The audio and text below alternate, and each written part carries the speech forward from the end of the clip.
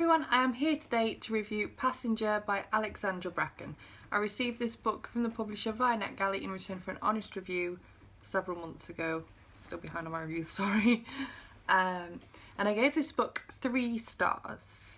Now this is a very mixed one for me, and you will see why as I get into the review. Throughout the reading experience, couldn't work out whether I loved it or hated it. So this is a YA fantasy novel about a girl named Etta, and she finds herself thrusted into a different time zone, and she ends up on a ship and she can't work out who she can trust, who she can't trust. The reader is left equally confused as to who is someone to actually believe, who is someone to be scared of. She becomes allies with some people, but you don't know whether she's becoming allies with the right people. And she is forced to take part in a hunt for an item that will change her life forever. So as I said, I did enjoy this book, but I had some issues, and it left me, one minute I was like, oh, I love this book, this is fantastic. And next I was like, oh, this is so boring. And it was just such a mishmash of emotions and feelings and hatred and love for me that I struggle even now to think, did I enjoy this book overall? And I've got to say that my main issues with this book was that the length of it was just ridiculous. It did not need to be the length that it was. You could have chopped several bits out. It would have made a more concise, more exciting, less dull and dragging story, and that is definitely my main complaint with this book. For me, I really dislike very long chapters, and these chapters were long. It was taking me an hour to read a chapter. I don't like that. I don't need thriller length chapters. I don't need them to be like 1 and 2 pages to enjoy a book. But when you're reading the same chapter for an hour, it's so distracting.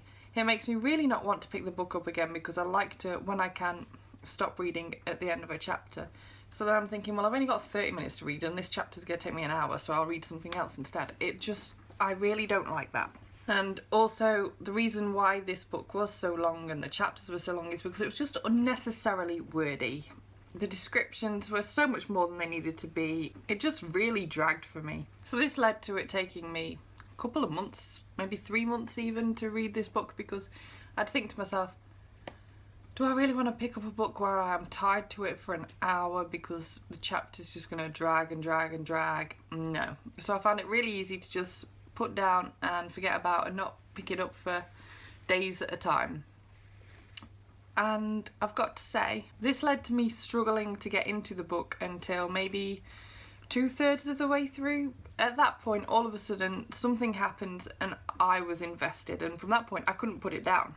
Like I said, this was such a mixed one for me. When I reached the point where I couldn't put it down, I was like addicted. I was like sat there, I didn't care if I was reading for 4 hours straight. I had to know what was going to happen. It was definitely the points where we started travelling through time and visiting different eras that I felt myself getting pulled in. I particularly really enjoyed World War II London.